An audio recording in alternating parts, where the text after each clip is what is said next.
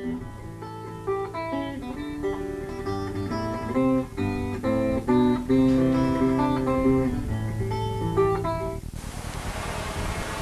my name is Mark Lester from Michigan Department of Transportation, District 7 here at the Plainwell Garage. With me today is Robin Sutton at the Plainwell Garage. Today we're going to service an old Ford dump truck. We're going to do a Type A circuit and I'll tell her what to do. As usual. Now is to remove the drain plug from the oil pan. You can notice she's using a box end wrench. She is not using an adjustable crescent wrench. Do not use these on the drain plug. It will round them off. And do not use the open inside of the wrench.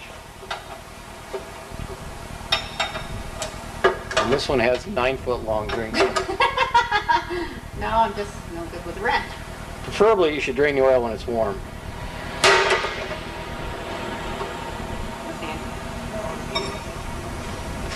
While the oil is draining, she'll commence to lubricate all the grease fittings.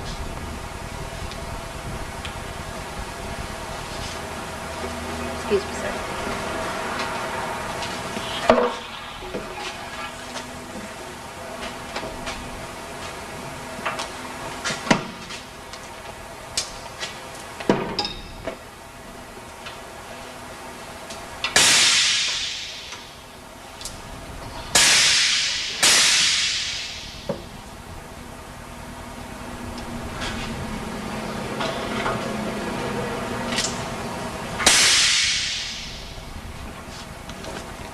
Notice when Robin greased these fittings, she purged the old grease out. All your spring shackle bushings, kingpins, that's the way they should be greased. Your brake slack adjusters and your S-cam bushings you should grease sparingly. Greasing the PTO drive shaft to the front pump. There's 2 U-joints and a slip joint in the shaft you will grease.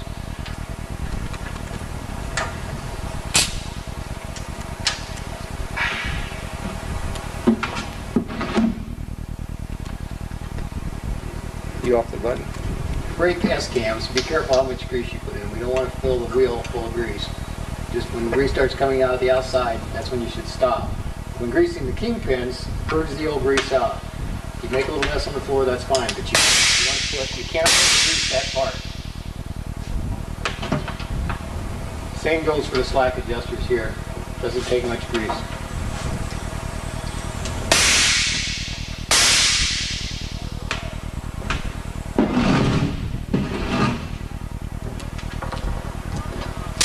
Spring shackle pins, make sure you purge the old grease out. If you won't take grease, make sure you get a hold of your mechanic. Don't leave them dry. Also, if you notice, Robin made a circle approach around the truck. That's the best way to do it. Less chance of Now she works her way back to the truck drive shaft and the underbody. She's going to grease the U-joints on the drive shaft first.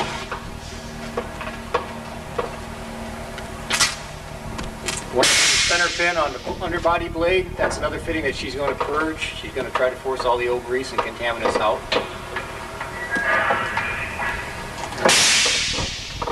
Okay, now we go around to the back of the underbody blade. She'll also do a visual inspection for loose bolts.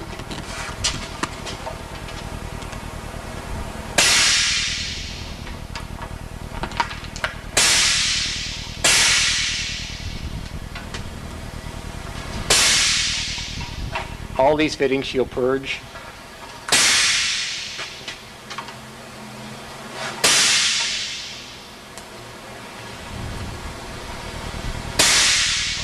There should be a grease fitting at every hinge point on these blades.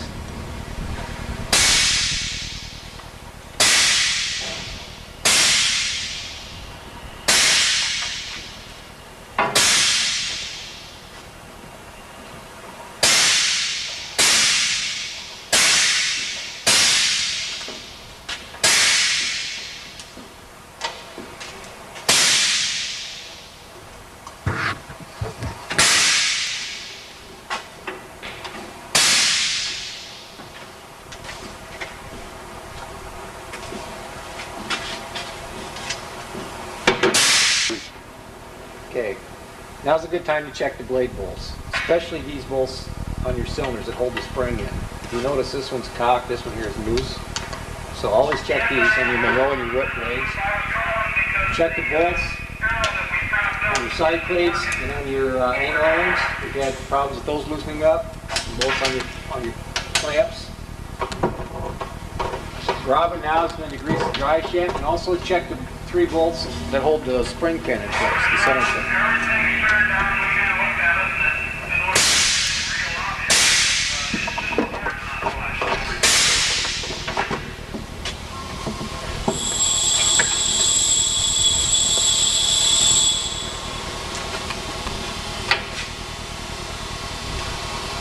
So now's a good time to check the center bolt retaining bolts, the socket, and the extension.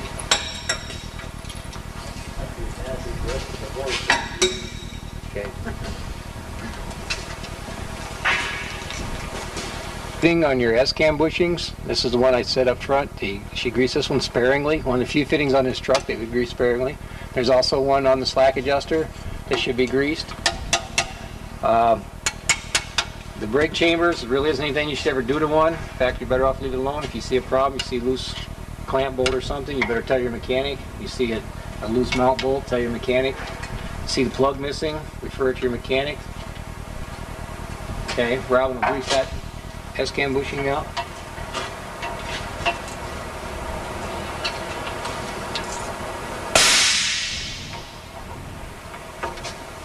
Like I said, as soon as she starts seeing a little bit of grease come out of the end over here, she'll get off the grease gun. You don't want to fill the brakes up with grease. Now she's going to grease the pin on the rear spring. This is one of our big problems. Sometimes we don't take grease and people just don't. You know, the pin sets up into the bushing and we have major repairs. You notice she also purged it. She got plenty of grease through it, fresh grease. Very important. It doesn't take grease. See your mechanic. Now she'll do the other side.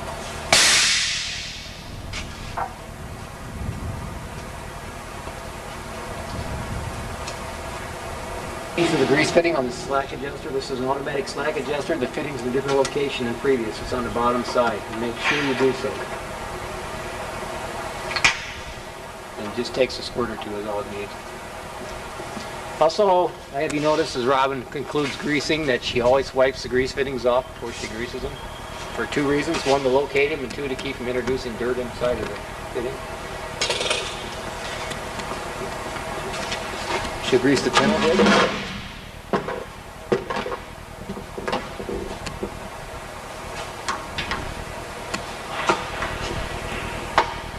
And herself.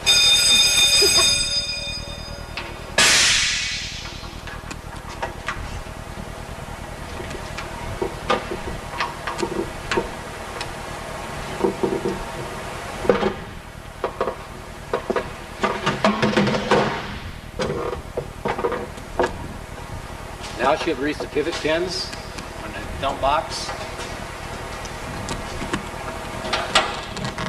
The other dump box pins will have to be greased. Once the truck's on the ground, we'll have to raise it here. This is another place where you seem to be missing a lot of fittings.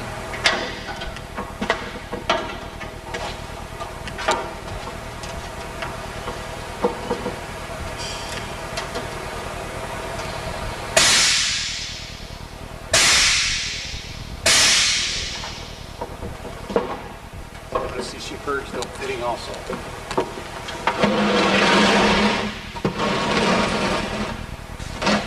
Pivot, the lower pivot. Notice how she purged the fitting. This seems to be the missing fittings is on the dump box. The rest of the fitting she'll get when she lowers it to the ground and raises the box. Very important that you get all those fittings.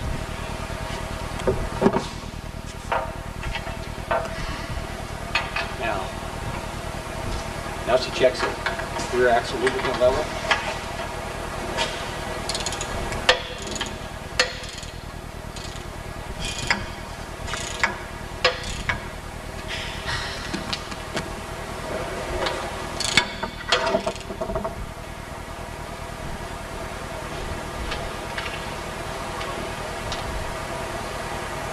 Notice the lubricant coming out the hole, that means the level's sufficient. Also, I need this camera.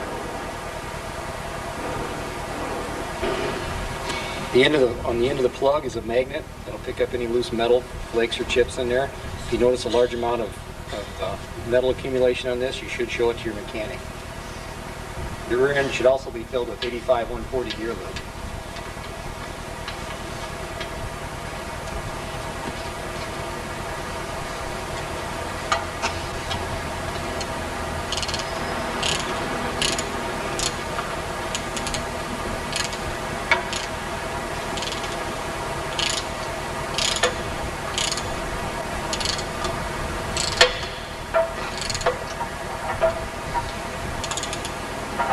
This is your 2-speed motor. On your older vehicles, there'll be a plug in the front of this, a little square-headed plug. You should check your 2-speed oil. You should fill up with 10-weight motor oil if it's low. That's it. That was it? Robin's going to inspect the gasket on the drain plug, make sure it's not cracked and that it is indeed on there. And also there's a magnet on the end of this plug, just like in the rear end plug. Check that for metal shavings. Now she'll insert the plug back into the oil pan, making sure she doesn't cross-thread it, hand tighten it as far as she can.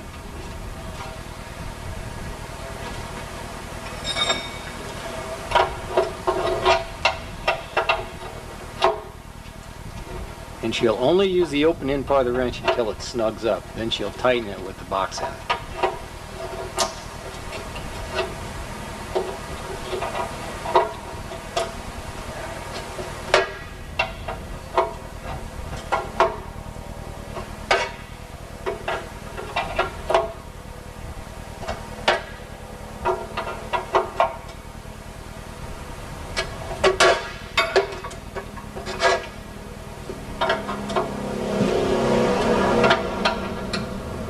Tighten it with the box end.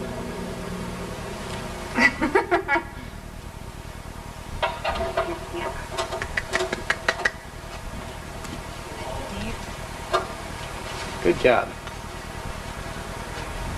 Loosening the oil filters, allowing them to drain.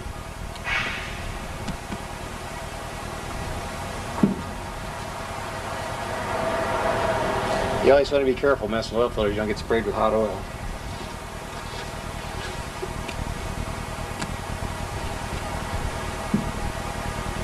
Filters, you want to inspect to make sure this gasket is indeed on the filter. Like so. If you pull one off, there's no gasket. You should look back on your engine on the oil filter base. This gasket's probably stuck up there. Very important. You don't want to screw a new filter on against this old gasket because it will leak. So make sure indeed that your oil filter gasket is in place when you take it off. He's cleaning off the old oil and any dirt before she puts the new filters on.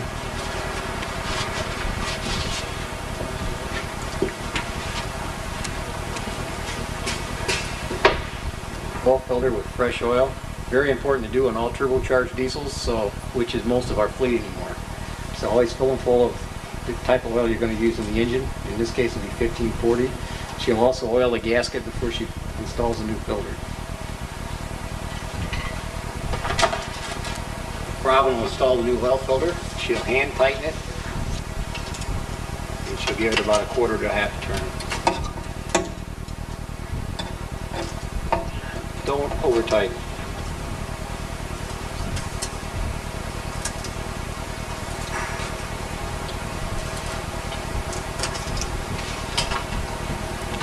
Robin's going to be checking the tires. She's going to check the air pressure, which should be 120 pounds on the front, 110 psi on the rear. She'll check the slippage on the wheels, check for rust around the lug nuts, check the side of the wheel, the side of the tires, for cuts. Check the tread depth. Legal minimum on the front's 4/32, but on plow trucks we don't let them get anywhere near that. So check for oil, grease, and indicate a leaking seal on the inside or on the rim. Also make sure the valve stem's not up against one of the spiders. So work around to the other side. Do the same thing on the other side of the truck. We want to be 110 psi. Make sure that your valve stems have caps on them. That's on all tires. You'll check both tires.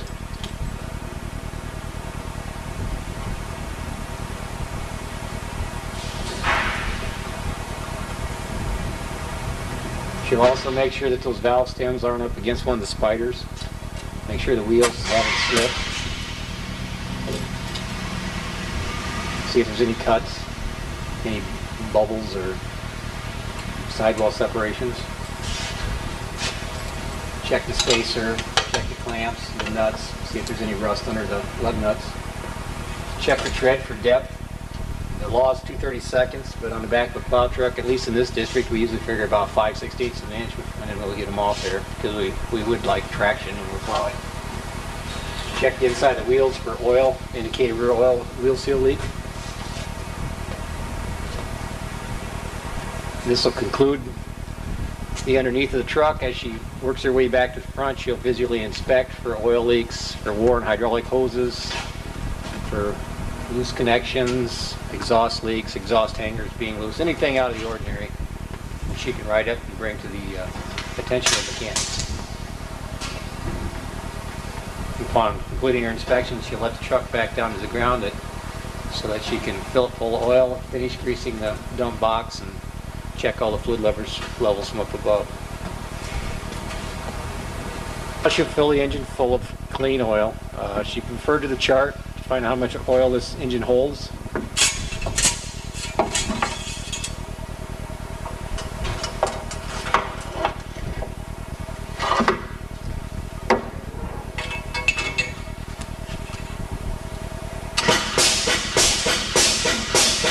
There you go.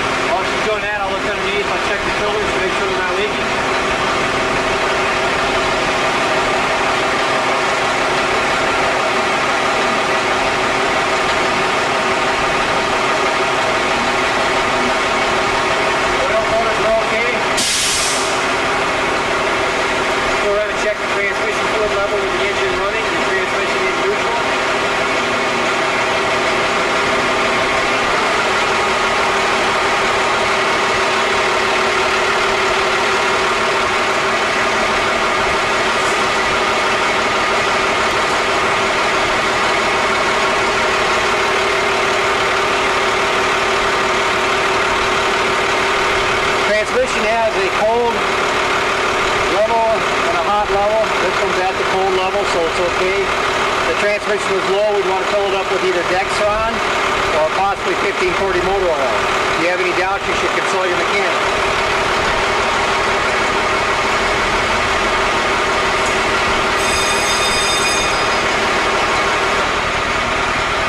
Now we raise the dump box so we can grease the rest of the fittings on the dump mechanism.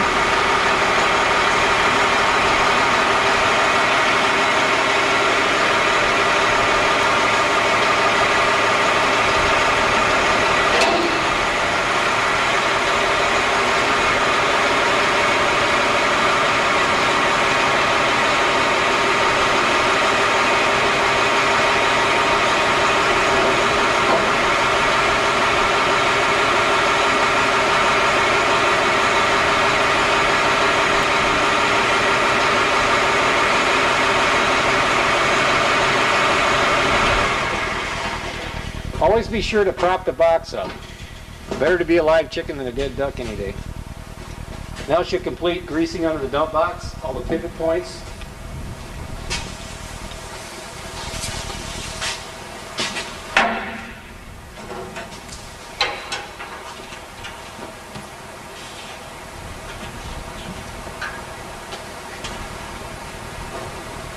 Very important that you grease these, that you purge the old grease out.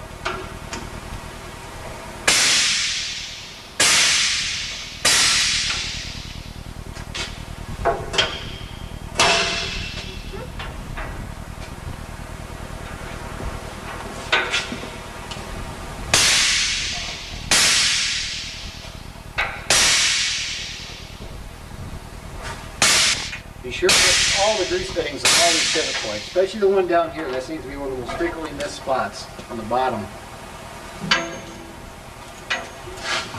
I would have turned around. This one down here, make sure you grease it till all the old grease comes out. Like I said before, if it won't take grease, see your mechanic.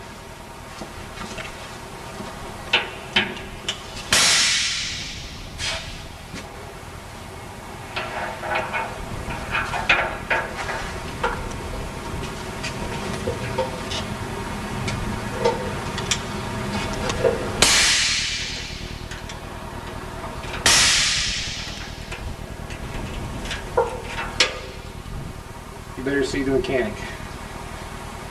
Okay. Be very certain to grease all of these pivot points. Every pivot point has a grease fitting, and they all have to be greased.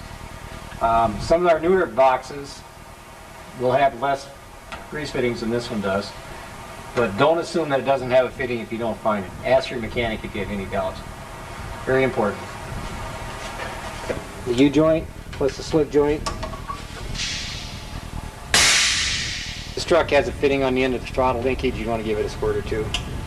There you go. Now the greasing is all done. Now she has to go around and check the fluid levels and the belts. Check the belts, see if they're loose. Just check the power steering level now.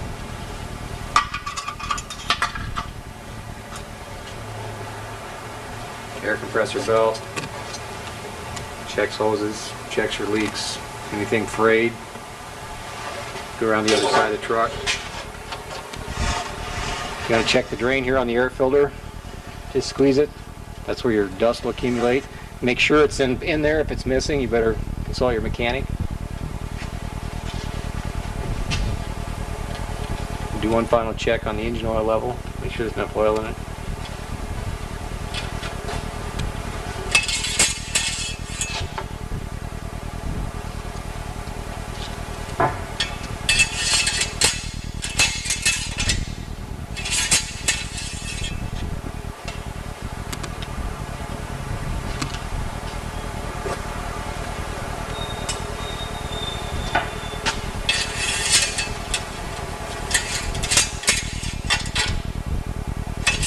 Okay. Like I said, check the drain on the air filter housing. Make sure it's in place. Don't take the air filter out. That should be up to the mechanic. The air filter has a restriction gauge on this particular truck. It's inside in the operator station. If that shows the air filter is being plugged, if it's in the red level, then you would tell the mechanic, write it up. He'll take care of changing the air filter. Now, Robin will go through and check all the lights. Check the lights, left turn, okay, right turn. Headlights, lower, upper beams, okay. All lights.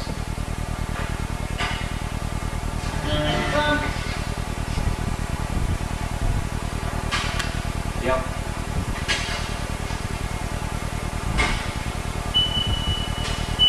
Back up the front. No. Hold it, Robin. Hey guys. Tail lights, left turn. Right turn, brake lights, backup light, or hopper light, backup light. Turn the switch off your hopper light, your blade light. They don't work. Strobes.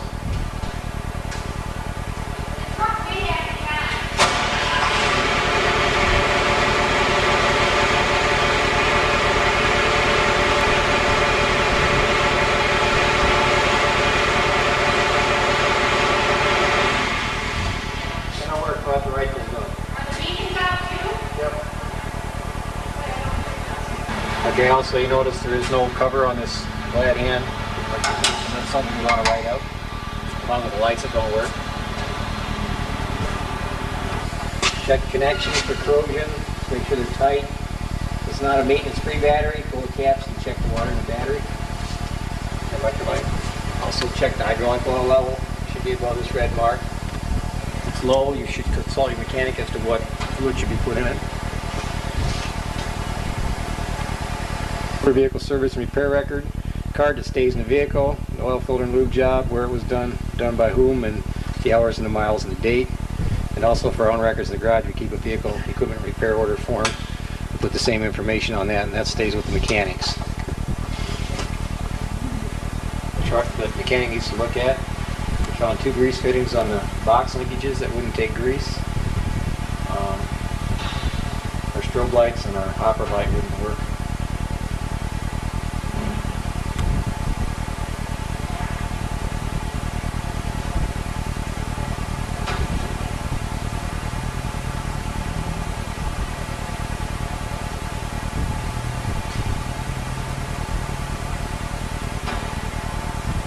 Also, we had a glad hand cover that was missing, so we had to write that up.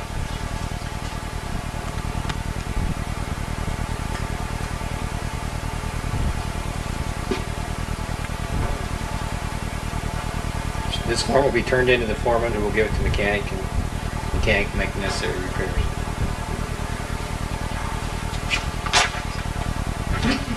That concludes our vehicle servicing 101. 101. Thank you.